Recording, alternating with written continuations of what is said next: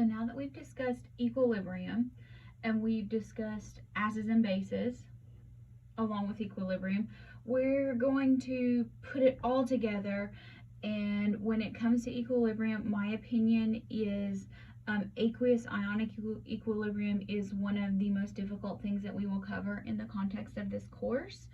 It is not the most difficult for me personally. There are some other topics later that I'm just not as comfortable with, but this is significantly more complicated than other things. But again, I'm going to try to be with you and try to make this as the least amount of painful as possible. So let's kind of go over and set the tone for what we're going to be doing in this chapter. So if we have a pH and we want to know the pH and kind of compare them, we're not actually going to calculate, there's not enough room here. If we have the same strength of calcium hydroxide versus sulfuric acid, you know, how is that going to compare? So they're both, so this is a strong base, and this is a strong acid. So remember, strong base, this is going to lose the two OH groups at the same time. So it's actually going to be 0.66 molar of hydroxide ions. So sulfuric acid, it's also a strong acid. It also has 2 protons, but it is only going to lose one of them at a time. So the difference in their ions depends on whether it's an acid or base. So the difference here has to do with a polyprotic acid versus a strong base. So when you have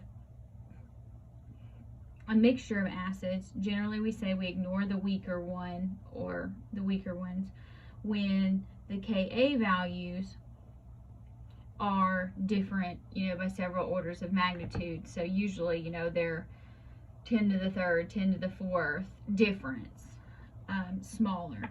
Now, we're going to be talking a lot about conjugate acids and bases. So some important things to remember, we've covered this before, but we remember that the equilibrium constant of water, 1 times 10 to the negative 14th,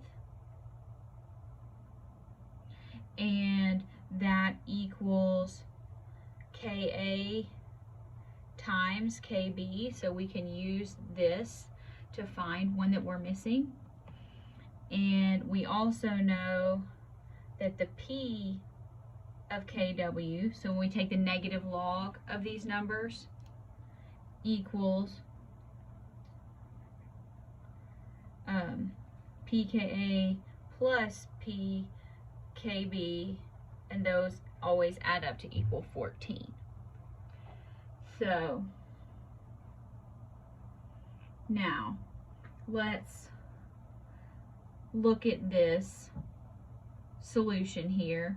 So this is a salt solution, if you remember the salt solution.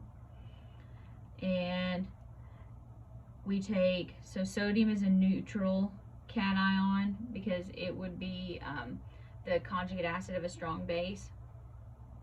So here, acetate comes from acetic acid, so we put that ion, the anion, in water, make it its acid, and it leaves a hydroxide ion, so that makes it, this is a basic. So remember, anions of weak acids, so conjugate bases of weak acids are bases. So if we want to find the pH of a solution that has acetic acid and sodium acetate, what's the pH? And we're given a Ka value. This is kind of what we're going to be getting into. First of all, we need to say, so this is a weak acid. This is acetic acid. It's not on the strong list. That means it's weak. It also has a Ka value. And sodium's neutral. So this is a salt solution of the conjugate base. So we have an acid base and their conjugates, which means they're related by the transfer of a proton. Can they react with each other? The answer is no, they cannot. So they do not react with each other. So what we end up with is, if you kind of set this up, you would have C2H3O2, NaHC2H3O2. And then if we try to do a reaction, so this would be a double replacement. So NaC2H3O2, my handwriting's terrible, HC2H3O2. Nothing changed, so they do not react with each other. So what we need to do is we need to write a reaction, and I like to write the reaction as the acid dissociation. So here, I like to use shorthand. So there's acetic acid, and it's going to break down and be in equilibrium with hydrogen ion. If you want to put it with water, then that's fine. Now, what we have here is we need to write, so we're going to set this up as an equilibrium problem. Again, we're going to go through this in more detail, but I'm just going to kind of show you. So we set it up as an equilibrium problem, so we write our equation, and then I told you we write our expression for Ka. So that's going to be H plus C2H3O2 minus and HC2H3O2 of the acid. Okay. So now, I should have moved this over, but now let's make our ice table. Okay, so we go from the problem. We have 0.25 of acid. It's in water, so this is 0. Now look here. Normally this would be 0, but we're given a salt solution, so we're starting with a product as well. So this is going to be 0.250 as well.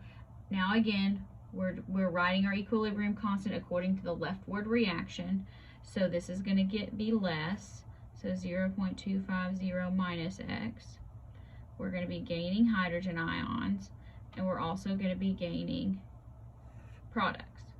So this is going to be X, and this is going to be 0.250 plus X. So that's a difference here. Now, I tell you we plug things into Ka. So plug and chug here. 1.8 times 10 to the negative 5. We'll be using a lot with acetic acid. Ka's are always going to be given to you. You'll probably memorize that one though. X 0.250 plus X over 0.250 minus X. Okay, the next thing we want to do is check to see if we can use X as small. Gee, I hope so. That would really be helpful. So M over K, 0.250,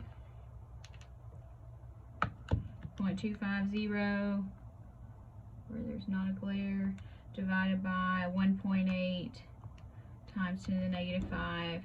That's larger than 100. Very good. Okay, so X is small. So that means we get to knock that out. Okay, so that means we have 1.8 times 10 to the negative 5 equals, look, 0.25 and 0.25, guess what? Those also go away. That equals X. So that's our hydrogen ion concentration. So now we can do pH. So our pH equals the negative log of 1.8 times 10 to the negative 5. And see, I took you through all that for fun, right? You're like, why didn't you just tell me all I have to do is take the negative log of Ka? 4.74.